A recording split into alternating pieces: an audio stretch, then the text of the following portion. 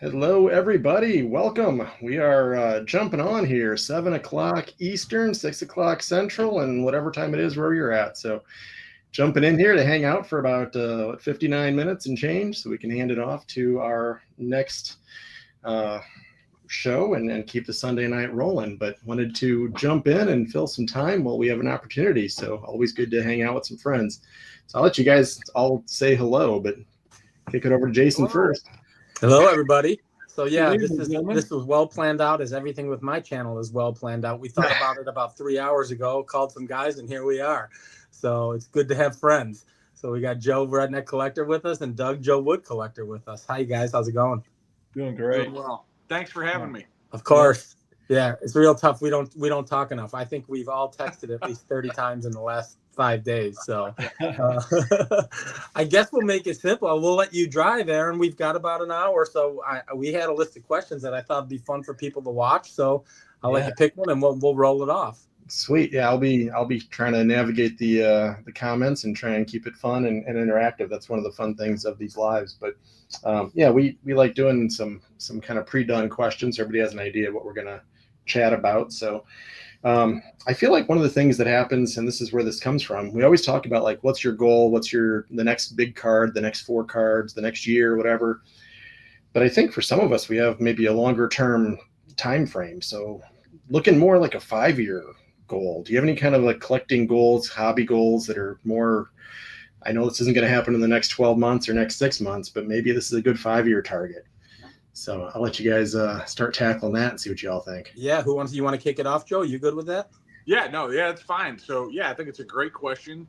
And for me, this is where I know Jason and I were very alike. We're broad collectors, right? Aaron, you are to an extent too. You're encompasses, and I think we all have an appreciation for a lot of different things. But for me, I really follow the deal, right? So in the next 5 years, I just want to continue. I've got player runs that I want to, of guys that I love. I'm not done with Musial or Barra or Hank or, all these guys that I collect. Dobie, I'm getting closer. But in the next 5 years, I want to close those gaps, but I want to do it organically in the way of I want to get the best deal for my money. So I'm going to continue, at least that's my plan, is to continue to kind of like Toucan Sam, I'm going to follow my nose. Wherever my nose leads me and uncovers these good deals for these types of cards that I want, I'm going to continue to do that. And I'm sure that's going to allow me to kind of continue what I've been doing, where I'm adding some big cards at good prices, but I'm still sprinkling in. My video I showed yesterday, I went to the local card shop and I spent like $40 on Lou Boudreau and Johnny Pesky and, Beta Pinson. And I'm going to continue to do that. So I don't see any big deviations from the next 5 years, from what I'm doing now. Okay. How about you, Doug? You got anything planned long term? Well, 5 years, that is very long term, especially at my age. No, I'm looking forward to, moving into some retirement years and spending some more time YouTube, fellowshipping with fellow collectors, making some more YouTube content. Also trying to possibly expand my collection as far as, I really like buying cards for the appearance and the history behind the cards. And that's kind of why I'm really into Glory of Their Times collection right now. I like a lot of the players from the book. I'm working on that. So that'll be a long-term goal. And then I'm also trying to put the T207 Boston Red Sox teams set together. But I'm moving pretty quick on it. I think I'm down to 4 cards left out of the 18 cards. Oh, wow. Now, I'm pretty picky on the condition because once I get it, I don't want to have to upgrade. But who knows? That could take 5 years alone right there. And then I just want to spend more time as a content creator.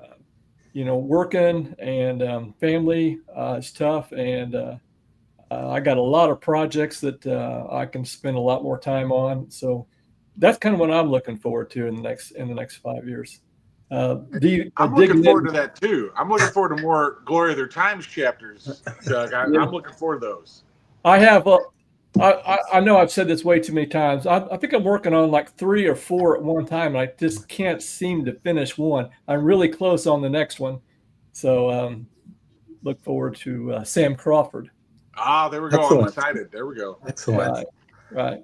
I've kind of my goals are kind of I've almost worked in virtually reverse order. So what were top priorities and goals of mine maybe 2 years ago or a year and a half ago when I started this channel have now hit the back burner and become goals that I can accomplish, but I'm interested in buying other things right now. So because of my detour shift in what I'm collecting recently, thanks to certain people like Aaron and my buddy Joe and others out there, I've kind of put aside some of the things that I was trying to accomplish prior to shifting my direction. So 56 Topps Hall of Fame run, I still need 7 or 8 cards.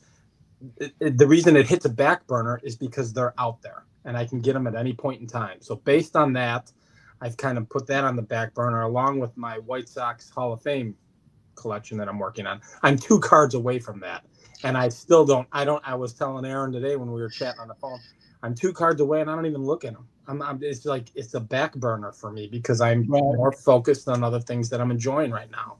So those would be 2 collections long term that I can complete, and they're not crazy money when you talk about who's left.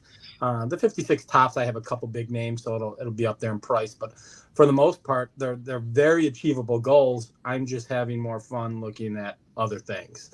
So as far as the instant, the instant what I have on goals for instant gratification, there's nothing there. I'm just buying what, like Joe said, I'm broad, so we're buying what we like and catching that deal. And I caught a deal last night and it was a great deal, and hadn't picked up a card since the National. It's the first one I picked up since the National, so I'm pretty excited to show that when it comes in. So, but yeah, I work in reverse order. Everything that was a priority is now a back burner, and now I'm just free going crazy and willy-nilly. So, well, Jason, one thing just real quick, not to jump in and change the subject, but one of the things I think as collectors, sometimes we feel like if we start our identity out as one thing, we have to stay in that or whatever. And I think for me, my opinion, I think it's important to, what it catches your fancy, right? Go buy some, buy whatever keeps you happy in that moment. Like there's a very sage old man from Missouri that says it's just a hobby, collect what you like. And I think that should be a mantra for everybody and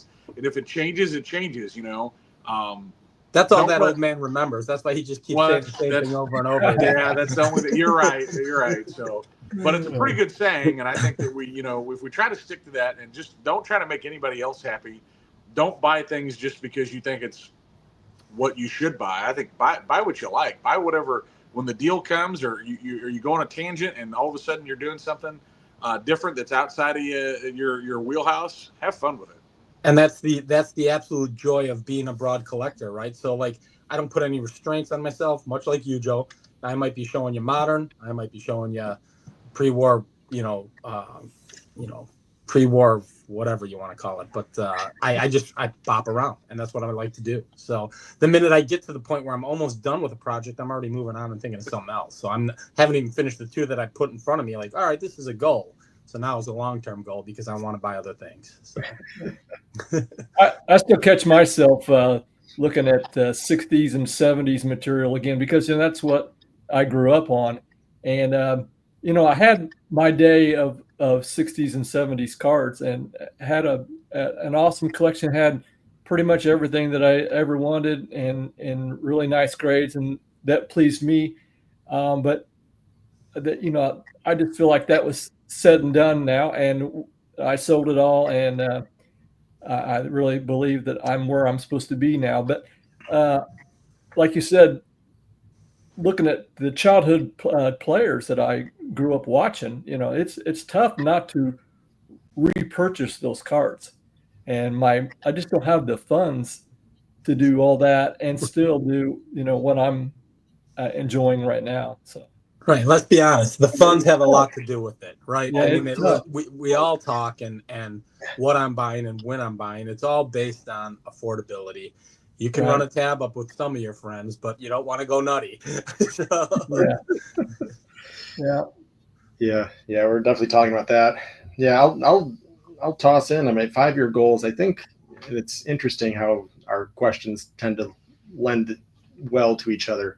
I think we all kind of have the idea of growing in the community, and whether that's just YouTube or just more shows and getting together with friends and kind of growing in that aspect. I think that's huge for everybody. But yeah, I mean, the only projects I think it was start of the year, which is scary. I wanted to complete the Diamond Stars Hall of Fame run, which I did. I wanted to complete the 1940 Play Ball Hall of Fame run, which is challenging because they have all those like throwbacks.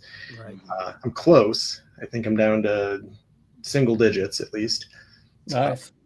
Yeah, that was a fun one. And then the one I'm circling back to, I wanted to get one of every Hall of Famer in the T206 set that's not Plank and Wagner. Which I've done that, but I'm kind of circling back to that set and just appreciating that set again, which is, it's kind of like that 60s, 70s. Like that was kind of my first pre-war, like, wow, this is amazing. And I want to get back. I want to get one of every Hall of Fame card that's not Plank and Wagner. So I'm circling back. I think I've got all the Mathewsons. I've got a couple of the players kind of completed out, and some only have one, so I'm good there. But yeah, getting back and trying to do that. But that's part of where that question came from, is like, I don't want to race through that and just buy every, trimmed up, authentic, blendered card I can find just to say I checked it off. I want to find the right one, because that's right. A set I can be a little picky about. And yeah. So yeah, because I get a kick out of it in Aaron's mind. He's equating the T206 set to like us purchasing 60s and 70s, because some of the stuff that you buy is so scarce that is like common for you almost, right? Like there are, like, I only have two T206 cards, and I always have to say, you know what, I need to focus on that a little bit more. But I get a kick out of it. That's like, they're out there, right? I mean, that's the reality. They're out there. So now if you want a nicer copy, you can take your time with that. Like a year ago, if I'd have thought someone was nuts for saying that, like, oh, just having one is phenomenal. But as you grow in the hobby and you learn what people collect, and, CRT Chris, and that's all he collects. And there are people, I think Max finished the whole, he completed the Beast, and like, that's just crazy. So it's amazing how your mind shifts in times. Yeah, I completely agree. I think keeping those goals and keeping them more long-term, for me, at least mentally, makes me feel sane and not feel like I need to, get too focused on one thing. Because I think we do all the same thing too. It's a little bit of squirrel, but there's also like, our buddy Joe is in the chat, keeps saying like RE tonight, RE, like you can't control what pops up at auctions. And there's 10 of them out there, and you're like, that's one of them. Or, I think I've texted almost everybody something when I come across it. I'm like, that's a U card. That's for that guy. That fits that collection. So I shoot that over. It's like, you can't control when that pops up. There's 3 of them. There's 5 of them. Whatever. It's you got to jump. So yeah, a little bit different, but good stuff. Good stuff. No, that's perfect.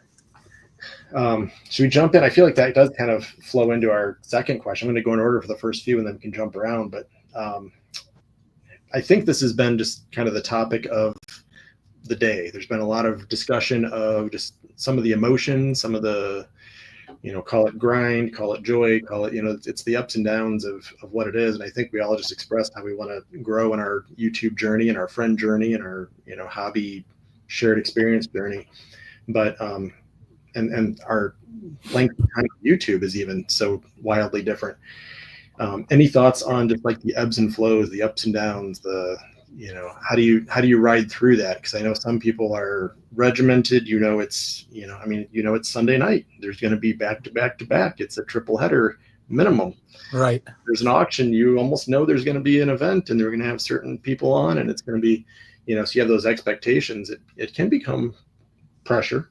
It can be, daunting. Sure. Who wants to start this one off? I'll start it off. All right, go ahead. Well, I was thinking about this question there, and channels come and go, just like, collectors, they come and go. And I noticed that, there's a lot in the community right now, YouTube community, about, how many views I'm getting or how many subscribers. And I think a lot of people are putting a lot of importance on that. And that was never my intention as a YouTube content creator, was views or subs. Sure, everybody would like to have more views. I mean, they like to get what information that they want to provide out to other collectors. But I think if you get caught up into it too much, then you put too much pressure, on yourself. You just got to stay in your lane and do what you do, what you're comfortable with. For me, it's trying to educate. I feel fortunate that I've been in the hobby for so long, and that I can share some information. Also, I'm really big into pre-war baseball. I have been for quite some time now, and I just love the history of baseball. I love the history of players, and I like to share that information. That's the reason that I started the Glory Other Times section. And so, in the future, that's what I'm going to be doing more of. I'm going to kind of stay in. I like to create stuff that I like to watch, and so that's where my interest is at. And so I really don't feel like I'm going to dud out, or put too much pressure on myself, because I'm just going to be myself and try to educate, make some good friends in the community, and share knowledge. So That's perfect. yeah. Yeah, I don't think I can get more cliche when it comes to answering this question. So at the end of the day, to me, I never want this. And Dom, I think, replied in his comment earlier that you shared. Don't make it a job, right? It's never Right. gonna be. It's never gonna be a job for me. It's never gonna be a struggle for me, because what I have gained from it is all I was looking for. And the cliche is, oh, you tell everybody, oh, you're building friendships, you're building relationships. Well, I can show the 30 text chats that I'm on a day that prove that that's real, right? We're all friends. There's groups of 20 of us on some of them, and we're all just talking and hanging out and having a good time. And that's what I wanted out of this, and that's all that I wanted out of this. Obviously, everybody loves validation. If you're getting more likes, if you're getting more views, if you're getting, but at the end of the day, that's never was a priority for me. I think for most of us, it was never a priority. The thing that I'm always concerned about, and we've had friends, and all of us have had friends who are getting burnt out or feel some type of way. That I always want to make sure that it's not because necessarily of the community, and I don't think that's the case. I want, I encourage people to do this. I encourage people to start channels because I had such a positive experience. Now, everybody's different, right? Maybe their experiences are different. Maybe what they went through is different. So I don't judge on that. My whole thing is, though, I'm having a blast. I want to continue to have a blast, and I want others to feel that. And that's about as deep as I go. I'm not the deep, again, I've said it. I've got a video sitting here that I was making to shoot up tonight, and it's basically, I'm not really in depth there. If I have an idea, I make a video, and that's as far as we get. I never stress out about, I have to put content out. I just don't. So I'm going to do what I do when I do it. If people enjoy it, great. That being said, I am now a little self-promotion here, Aaron. I am starting a new series/show that I kind of announced in this video that I'm posting, because I want to try something different. I want to try and bring a different aspect to the channel and see if it works out. And if it doesn't, then it doesn't work out. I'll do 5-6 videos and that'll be it. And if people like it, then great. And that's about as much thinking as I do. So That's awesome. Do you want to share, Joe? Yeah. So this is a great question, I think, very timely and apropos in our little corner of the hobby, right? And I think, like Jason, you said, everybody wants the validation. Everybody likes to see comments and likes. I love it. It's great. But ultimately, why I started it was, I think Orlando put down in the comments there. It's about community. It's also documenting. I thought about, and I think Aaron, Jason, I think you said something about this before too. Like maybe your kids might want to go back and look at this sometime, right? If they want to know more about the cards. I didn't think about that when I started it, but now I do, and I think maybe this is a time capsule for my kids.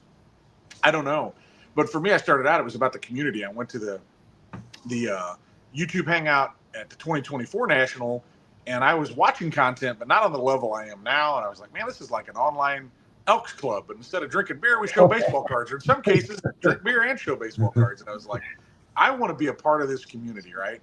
And for me, my love of the hobby, it was like I needed a relief valve, right? There was pressure building, and my wife was tired of hearing about it, and I needed to turn the lever, let some pressure off. This, so being able to interact with you. And when I say the community, I don't mean just content creators. I mean the people that like and comment, and people that I've met in person. That's what it was for me. The subs and all that stuff, I think, are great because we all seek validation, right? We all like to see that there's a climb there. But at the end of the day, if it becomes like a job, this is my opinion. If it becomes like a job, and I'm very sporadic, I'm not a content creator that puts out. And I love you all that do, because I know, hey, it's whatever day I got. Greg's going to have this out, or whatever. There's stuff like that but that's not me. Mine is that relief valve, and when enough pressure builds, I come down to the basement and I make a video about the cards that I picked up, and that's how it is for me. If it becomes a job, I just won't do it. That's where I'm at with it. Yeah, and I don't mean to interject before you jump in, Aaron. I just, I truly believe that 99.999% of the people involved in this community, and when I say community now, I'm only speaking of content creators, are phenomenal people. That being said, I have seen people comment on other channels and things of that nature where they say, well, sometimes I feel like content creators are making videos for other content creators. And that's my one thing about that is, well, I don't want anybody to feel that way. I've made friends who don't make videos because of this channel. I've gone to card shows with them. I want to be able to do that and share that with them as well. So much to what Joe just said, the community goes beyond guys playing, hit and record. It's guys who watch. They don't even need to comment. If they give you the thumbs up, that, even if they watch and don't do anything, that's part of the community. There's dealers out there. There's modern collectors who maybe are looking to dabble in a vintage. That's all part of it. And that's kind of what I think is important, is to bring all of that together. And I'm not playing like kumbaya guy, but that's just kind of what I see as the community. It's not just because you hit record, you're one of us. No, everybody's one of us. I've got several guys who don't make videos who have fantastic collections, and people don't even know their names. So they're included as well. Yeah, totally agree. I was going to say, I've got 3 or 4 folks that have just commented and eventually, sent me an email, and now we're, texting back and forth, and they're looking out at card shows for me and stuff, sending me things. And, that's a phenomenal aspect. I think that's kind of the unknown benefit of turning, hit and play, hit and record, whatever, and having that aspect. But yeah, I think that was maybe a unique little idea of mine. But when I started doing this, I have 3 daughters that will walk in here one day and say, all right, there's boxes of stuff, and one's called 1, 2, 3, and what does that even mean, and why, who is this Sisler guy? Like, all right, Sisler, don't do that. Okay, I can watch the videos, and they have zero interest, and I have to make sure that there's something for them. And the community aspect of it, I think, is huge. One of the things I wanted to get to, the ebb and flow, I think Jason and I have talked a lot about this, is just we'll do things routinely, but Mount Rushmore, this, almost any of it's just like, hey, what you got going on? Like, busy week, like, cool, next week then. Like, it's zero stress, zero worry. You monetize, whether you get to a big channel, I think my daughter has more followers on wherever, she's 12 and does like anime. Like, we're all playing in the smallest pond in the world with little like niche baseball card stuff. So, a big channel here is peanuts compared to what's out in the YouTube and social media space. But for me, it's keep it in perspective, keep it light. It's all about fun. I think part of the interesting dynamic that we've mentioned is that you tend to group, and I almost look at it like my channel size. My channel will never be big because I'm like niche within niche. Right. So, half the comments I get are like, what is that? Like, awesome. That's yeah, that excites you. Yeah. Right. Yeah. Oh, cool. I get to teach somebody. But of the 100 people that might watch vintage cards, like 90 of them are going to be like, I don't even care what that is. That's dumb. That's not Topps or Bowman. And so they're instantly out, which is fine. That's just it's what interests me. I'm not going to go, catchphrase or hot topics or, PSA, SGC scams. Like, I'm not doing any of that, rant stuff. Just, Mangini said it perfect. He posts rant, he gets thousands of views. He posts like dream card, he gets hundreds of views. Yep. It's craziness. Right. And there was a well-said comment by a gentleman I think we all know. He said, this is a topic that really hits a lot of people and for a lot of different reasons. And that if he just jumped on, he might have missed what I was saying earlier. Yeah, this is, and there, I think we all know who that guy is. So at the end of the day, everyone sees and feels and does things differently than everybody else. So it may affect someone differently than it does even the four of us on this screen. My whole point behind it is just keep it fun, man, because the positive far outweighs the negative. And I'm sure there's negative for everybody in some aspect, but dang, I'm still having a blast, and I've been doing it a year and a half now. So I'm loving it. Hey, I wanted to interject something. I took my grandkids camping this weekend, and my granddaughter, she's 9, and she told me, she said, Papa, she said, I've watched your YouTube channel, and she says it's kind of boring. And she says, you need to have me on your channel because I think I could do a lot better. She says, I noticed you only have like 350 subscribers. And she says, she started naming off all these YouTube celebrities who have, hundreds of thousands of, subscribers. And she just kind of put me in my place this weekend. So the whole scope of things, Aaron, you're absolutely right. We're in this little niche corner of the community, and we shouldn't really worry about it. No, but it's a fun community, and that's all that matters. It keeps, it keeps my whole goal. And again, we said if we don't make it a job. My number one goal is this takes me away from real stress. This takes me away from the bills and the family, stress that may occur and things that happen in life that matter, that are way more important than baseball cards. This is my fantasy land, and this is why I love it so much. Yeah, because like Joe said, it's kind of your pressure relief. Right. There's hundreds of guys doing this that are just like me. Oh my God, that's why everyone gets so excited about it. Like, maybe I should hit record. So. Hit record. One other thought I had on that real quick is, hit record, just do it. And I'd say steal shamelessly, right? I steal ideas from the community. Doug, I don't think you'd be mad if somebody did Lord of the Times, right? I could watch 10. I could watch 10. They could all be Rube Marquardt, and I'd still be like, oh, this is great. I want to watch this again. So I would say if somebody's out there getting burnt out, I know sometimes we say, oh, I've seen 1959 Topps Frank Robinsons. Well, I want to see 1,000,001 because I think it's one of the most beautiful cards in the hobby. Right. So do it. It's about you, and if we want to watch, we watch it. If we don't, we don't. But do it. Feels absolutely right. No, that's we came up with some of these questions, and Aaron and I were talking about this, and quite honestly, some of the things that have happened or occurred in the last couple of weeks, they're very good friends of mine. I consider them very good friends of mine, and I didn't want anyone to think, well, this is how I feel about it. I just want everyone to. My whole thing is, I didn't want to be kumbaya, but I just want everyone to have a good time. I want it to be fun. I want it to be fun for everyone. I get bummed when it's not, and that's basically what it comes down to. I want everybody to enjoy what they're doing. Yeah, it's about the friendship. Well, our friend Joe, I mean, my gosh, I've been friends with him for 3.5 decades. How about just say life? You guys were like 10 when you met. So. I did. He doesn't remember. I robbed him a home run when we were 11, so I still hold on to that. So 37 years ago, I was playing Little League against him. But I mean, that's why you do this, and you don't have to have how many likes you get. You'll never remember, but stories about a friend from 37 years ago will last a lifetime. So that's why we're here. Yep. And I'll say this, I've heard you guys talk about Joe forever. I finally got to meet Joe at the National. I don't know if you're still watching, but Joe, you were one of the highlights of the National for me, was getting to meet you.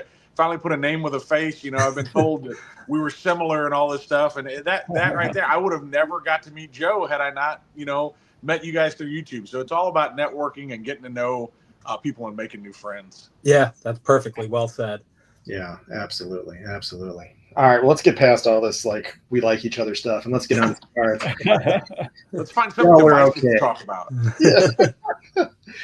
No, this is the joy. This is really it. But I threw a challenging question out at you guys, and this is tough.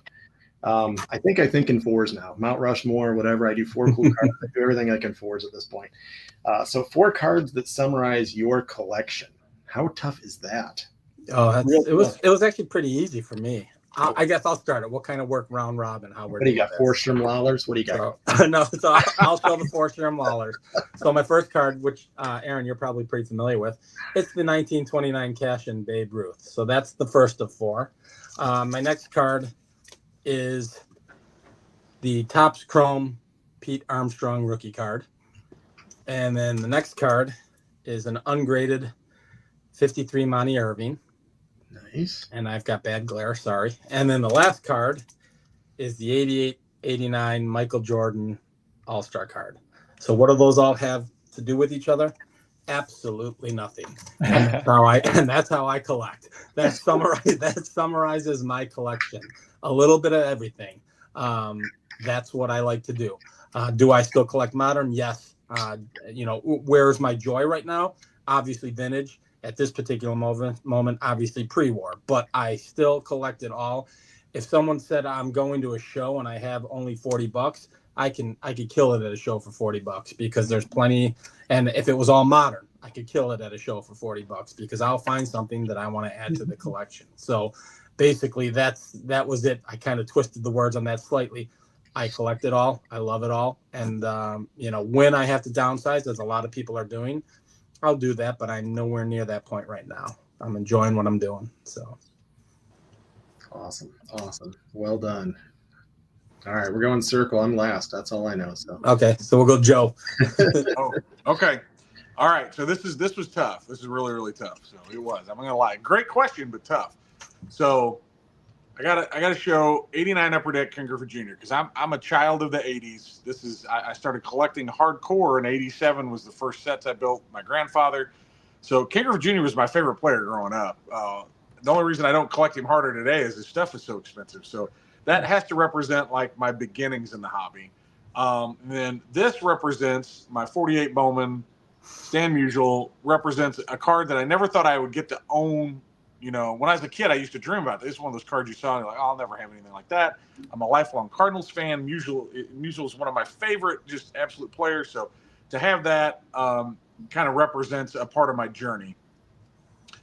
I have to lay claim to, I think I'm in the conversation for finding some of the best deals on cards. I'm going to toot my own horn there.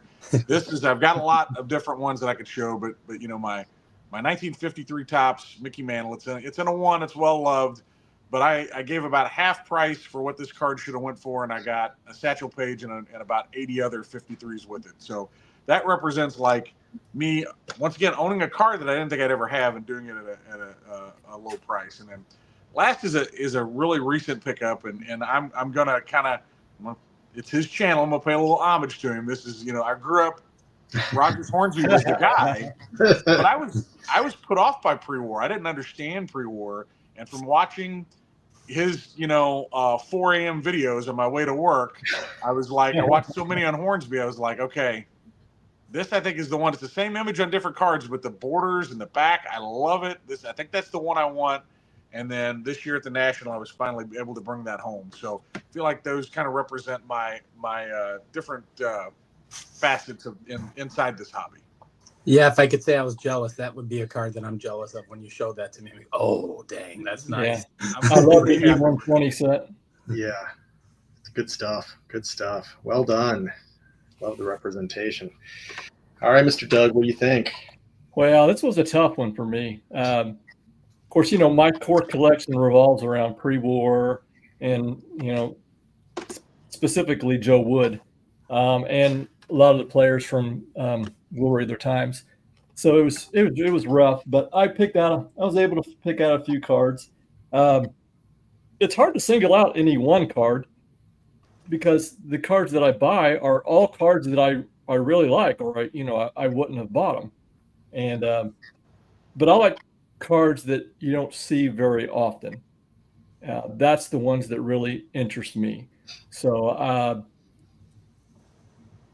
I'm going to show some cards here that that I just don't see real often. And I like investigating and finding out what the story behind them, how they were produced, how they were manufactured, distributed.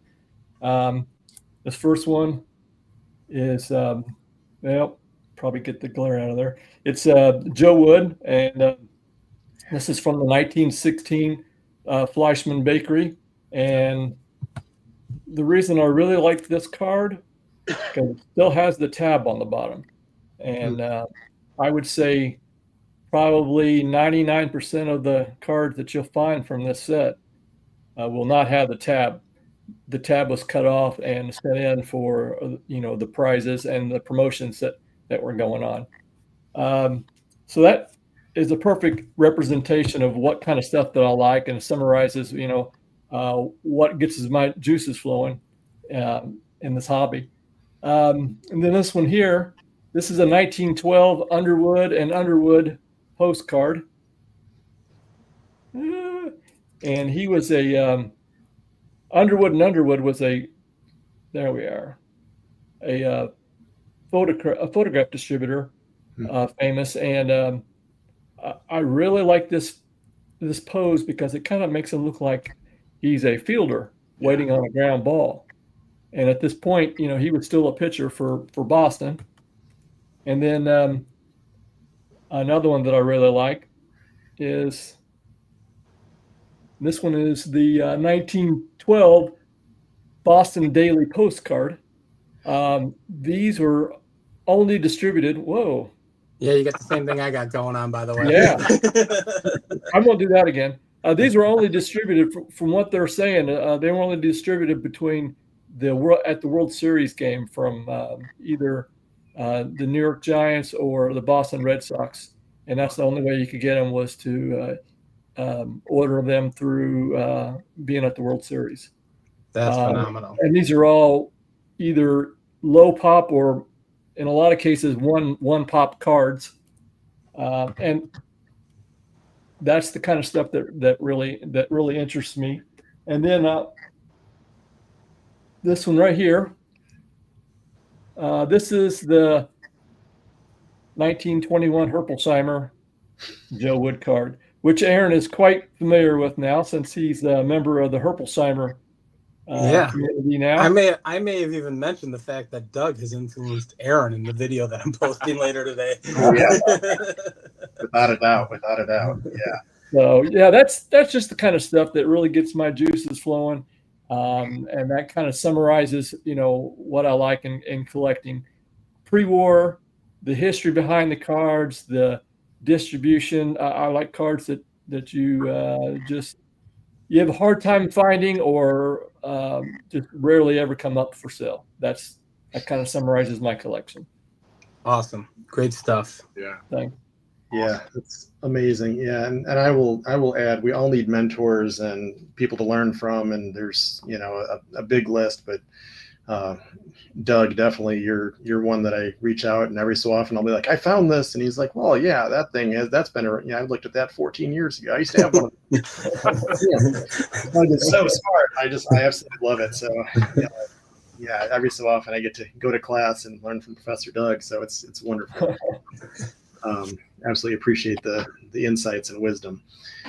But I'll fire off my four, and I'll agree. You're talking about challenging. I had a lot of different directions to go, but I'll continue to run this up. So my wife, actually, as was going on, I talk about how the ladies in my house don't watch anything. She's like, well, I'm gonna watch this video, and I was like, you are? She's like, well, not tonight, but I mean, eventually. I'm like, okay. If the wife's watching this, I expect a comment on my channel, but it might be anonymous. That's okay. But I always show either this or my T206 Mathewson.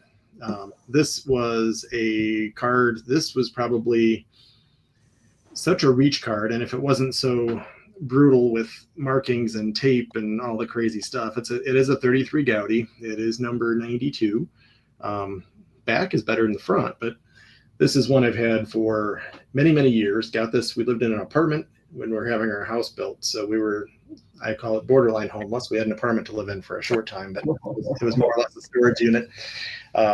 but my mom and wife had to split that for Christmas because our Christmas budget was so tight. But that's how hardcore I've been for cards. So that will always mean a lot to me. Yeah, I mean to me that's core of why we collect. Next three I will show. This is one that I bought as a Topps, and I actually took it to Strongsville last year. I showed it to a couple folks. I showed it to B. Roth and a couple other. I think I showed it to Sammy in Orlando actually. And they're the ones that suggested, because at first I looked at this thing and I said, this was like an eBay buy before there was really any kind of regulations or control on it. And I was like, oh boy, I think I got hammered on this one. Maybe I didn't do so well because there's this crazy white line. Oh, Milton Bradley. Right, exactly. Only me, everyone looked at it like, oh, Milton Bradley card. I'm like, dang, okay. So instead of being, and that's really how I collect. Like Topps, they're out there. Milton Bradley, kind of cool. So I like the off the beaten path stuff. I figured I'd represent something from that era. Next one's a player I collect. So I'm a hardcore player collector. And I like weird. So Overland Candy, this one's trimmed. I only have two, kind of like the Herpelsheimers. They're tough, but I've got two of them. This one's Lefty Grove, so of course I had to go for that. I don't think I've seen another Lefty Grove for sale even. So for me, that is representative. It's weird, it's rare. And then the one that I bought, which is my little big boy. To me, yeah, I'm glad you got that. Yeah, this had to happen. So your eyes lit up in Strongsville when you showed me that on the auction site. Yeah, I showed a few people, and everyone else, I'm like, just don't mention it. Don't mention it. It doesn't exist. Don't say it. Yeah, the Trinidad cigars, 1926. I actually bought a copy of the picture of it just to have the actual image. But Hornsby and Ruth together, 1926. I thought that was just way too fun to miss. Though that's wheelhouse right now. That's dream stuff for me. So yeah, that's cool. Perfect. Good stuff. Good Yeah, stuff, awesome boys. stuff. Yeah, there's my four. All right, gang. Where should we jump to? I've got a couple others, but anything you guys want to jump to? You call it. You run it. We'll go. All right. Let's go this because I think this is fun. This ties back a little bit to the community aspect, but what terms in the hobby drive you crazy? All right, I'll go first on this because honestly, the stuff that drives everybody else doesn't bother me. I will say this as a person who bleeds into modern and also collect with my son is 8 years old, right? So Pokemon, I've had Pokemon. I've done a little shown Pokemon as a joke on my channel. Sometimes I actually did a video with my kids about Pokemon. I would say don't hate because that's really, it's not so much, the terminology would be like, I hate it when people call it, it's the Pelly Boys. Hey, those Pelly Boys one day might be old graybeards sitting on, it'll be holograms by then, talking about Joe Wood, Dick Sisler, Stan Musial, and Sherm Lawler. So give them a chance. Show them the way. Don't discount the Pelly Boys in the hobby. I beg you. I get it. They piss me off too sometimes at shows. But try to show them the way, the light, if you will, and don't discount them. The Pokemon cards, it's here to stay.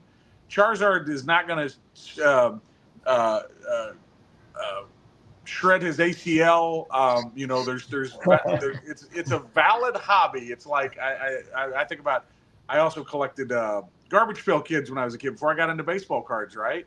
So they're gateway drugs, if you will, to our hobby. So I would say that drives me nuts a little bit. Pelly Boys, I guess, would be the short answer to it. Is like I get it.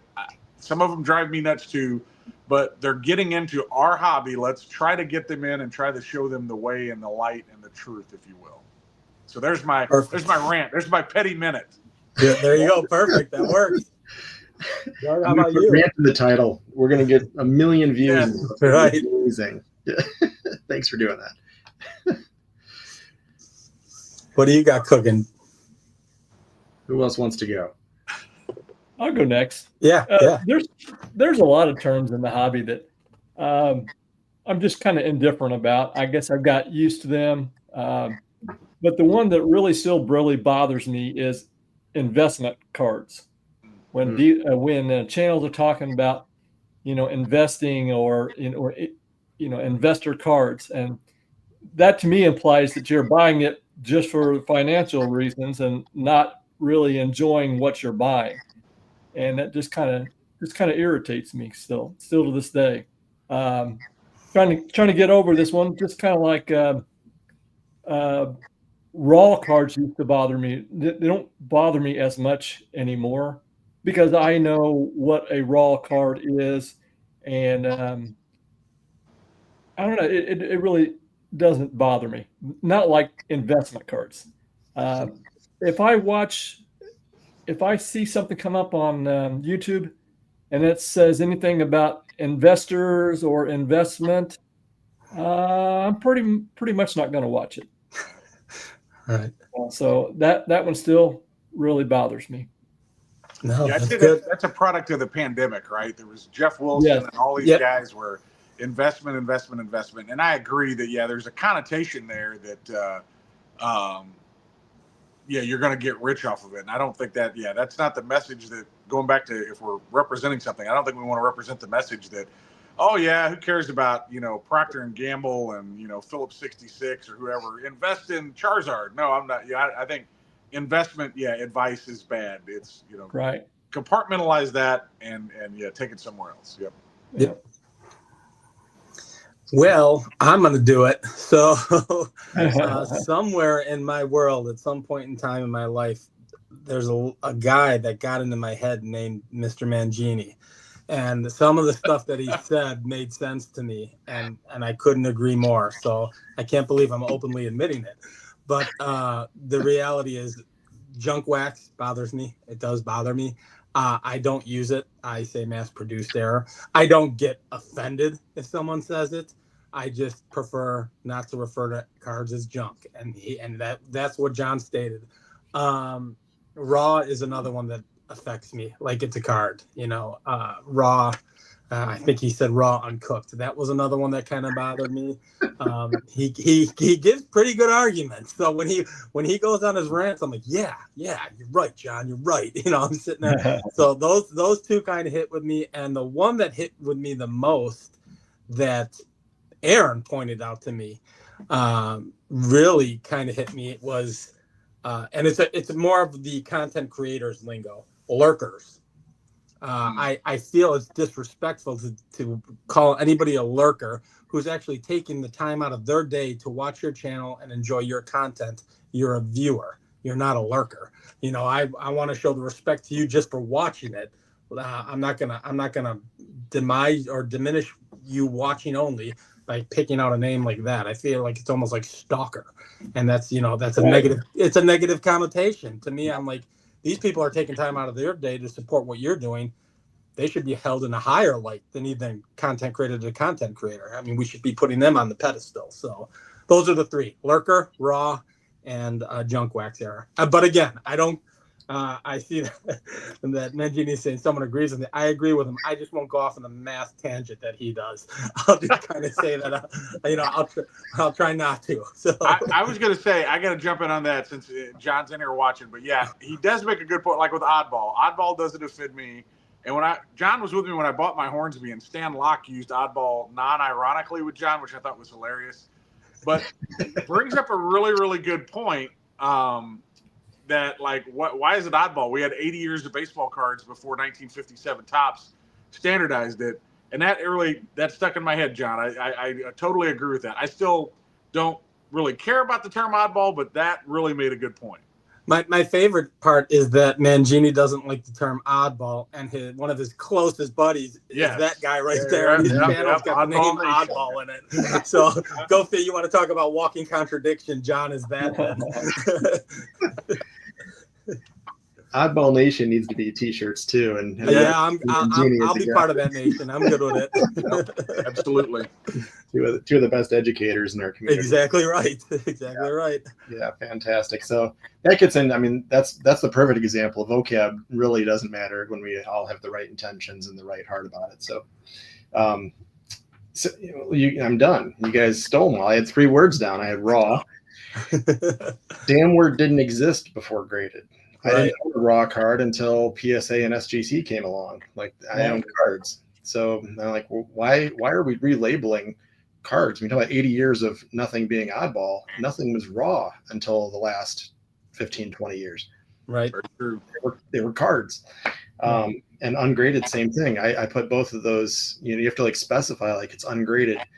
The one thing that's crushing me right now that is frustrating, especially doing as much online, I think auction houses are better. eBay, it'll get lost in the mail. We all know that. But all the chaos there, you run into the issue of things being trimmed and looking just a little too good because it takes fractions of an inch to be slightly filed off. And all of a sudden now you got a really pretty altered card that is not exactly what you thought it was. And the other one I had was my lurker. I've gone crazy on that darn term. I knew I was stealing that from you because you brought that up to me very early on, and I'm like, that's good. Yeah, good point. That and again, I have no shame in stealing either, Joe. So I stole it right from him. Yeah. So we're perfect. Yeah, it's crazy. All right. Well, Lou's calling us out. We got like 5 minutes. He said he wants to see some baseball cards. All right. I have one more baseball card question, and it is, what is a card you'd consider downgrading? And I will throw out first. I have not let off at all, but I will say the reason I asked that is I just got this thing in, and I got rid of my 2.5, and I got rid of these, junk vintage era. I don't know where he had nothing, just standard cards. I call them standard base cards at this point. So 55 tops, Koufax, fantastic card. It's hard to have my collection without that. So I bought one back, but went from a 2.5 to a 1.5. But I also went from one that people said looked not as nice as this one. So get over the stinking numbers and enjoy the perfect card. So anything you guys would have in your collections right now you'd consider downgrading, as it may be? Well, I can go, but I put a spin on the question. So so here's the reality for those, and I've said it a bazillion times. I don't really sell. I think I've sold 3 or 4 cards in my collecting journey. So once it's in my collection, it's in the collection. I just don't get rid of cards. I guess this isn't a downgrade, but there's my Frank Thomas, being a White Sox fan, his rookie card, Topps rookie card. I wouldn't downgrade it. I need to add to the collection, meaning my favorite rookie card of his is the Leaf, and I do not have it. So I need to add the Leaf to my collection. This is one of the few PSA 10s that I have, and I would never downgrade it because, first of all, it was a gift. I'll be quite honest with you. This came from Matt the Card Story. So first and foremost, I'd never get rid of it. But secondly, I just don't really, downgrade's not a thing for me. I know for certain people who collect and how they collect, maybe they have a higher number and that gives them the opportunity to buy more cards that they want. I haven't got there yet. It took you guys to hound me for 6 months to sell a card that I had in my collection. And I finally sold it to pick stuff up at the National. So I kind of twisted that one too. Well, I just want to buy more cards, so I need the Leaf, Hank or Frank Thomas. So that's where I went with that. That's fair. We'll take it. All right, Joe, you want to jump in? I'll go. So this, I'm gonna depart here, and hopefully I don't get ostracized from this channel or the community. And this particular one, I would not do it because my wife pulled this card out of the pack. But here, I'm thinking about ultra modern cards. This is a Aaron Judge 2017 Topps Chrome Refractor. It's in a 10. The premium that people pay for ultra modern cards to go from 9 to 10 is insanity when you can't even tell the difference. Like I've submitted tons of ultra modern cards, and when I get an 8, a 9, or a 10, most of the time I could take them. And I know we can do this with vintage too, but it seems really super subjective in the ultra modern world. So if it hadn't been for the fact that my wife pulled this particular copy, I like Aaron Judge, I would be, I steal my wife's cards. Right. I stole it and I graded it, and she doesn't even probably remember it, but I do. So that I wouldn't, but in general, I would consider if I had even something modern, if I had a, I'll give you an example. If I had a Ricky Henderson in a 10, I would sell it tomorrow and get myself a nice 9 because that card is so pop controlled. Yeah, it's not even funny. So I would just weigh my options there because then I could just go buy more cards. Right. Well, to tag on to what you're saying before Doug goes, The card, and I've done videos on it and talked about it. The card that I ended up finally selling was the 98 Michael Jordan Living Legends with Kobe Bryant on it. It was Kobe and Michael, and it graded a 10. I got upcharged on it.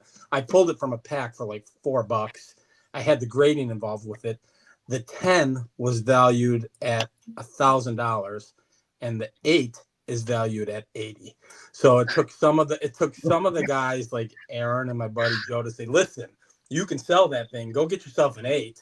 Yeah. And I finally said, you know what? You're right. And there was sentimental value to it because I pulled it, but I'm like, so what? I'll just, and most of my hobby dollars for the National came from that one card, a good portion of it. So that was my first entrance into downgrading, if you will. Good stuff. Good choice. Very nice. All right, Mr. Doug, what you got? All right. So I was thinking long and hard on this one. We talked earlier, I don't really have the budget to buy the cards that I really, really like. So and every great once in a while, I have to give up some cards in order to get the cards that I want. But usually when I sell stuff, it's stuff that is very iconic, but it's something that I can replace again. And I kind of put this in the same category. I have a red portrait Ty Cobb and a PSA 4. It's a Piedmont back, one of the common backs. But I have seen here in the community and on YouTube some creators and other collectors pick up some really, really nice 2s and 3s. I mean, I've even seen ones that are just gorgeous and have different backs. I mean, I would love to have a polar bear back. I think those are just beautiful backs. So this one here, if it was in the right situation, I would definitely downgrade this one and get into something that I like even better. And maybe have some little hobby dollars left over so I can spend it on some other stuff that really interests me.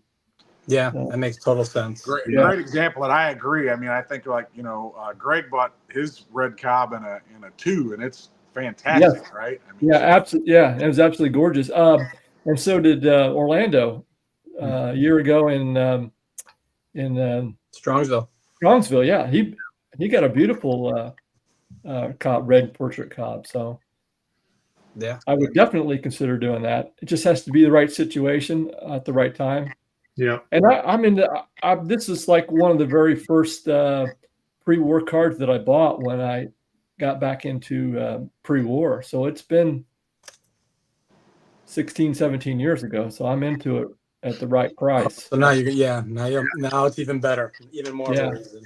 All right. I would say we need to start over for Mookie because he just jumped on, but Alex is going to be out in 2 minutes. So. We got about a minute left. So I'll grand finale us. I started off with Sandy. I'm going to end it with probably most folks, one of their favorites at least. This is one I bought it because I couldn't find another copy, so I had to take the one that was available. But it's a 4. It's nicer than I need. It's a 1961 711 Stan Musial. Awesome. Oh, wow. I've been following the 711s just to get one in the collection because everybody needs a pink card. So I would be more than happy to take one in the lower grade to save a couple bucks and reuse it somewhere else. But as it is, so I'll get there. Sooner or later. None of my stuff is high enough grade to downgrade. So that's my vintage. Yeah, my vintage is already there. I can't downgrade. Right. I can't go any lower. So. All right, gang. Well, we are pushing. We got about 1 minute left, so I'm going to wrap it. Tell everybody thank you so much. Continue watching. We got at least 2 more shows, maybe 3. We got auctions ending tonight. We got Alex coming up next. So for collectors. Thank you so much. Yeah, absolutely. Thank you so much for jumping in with us. Yep. Thanks everybody for jumping on. Thank you. Had a blast. Good night, all.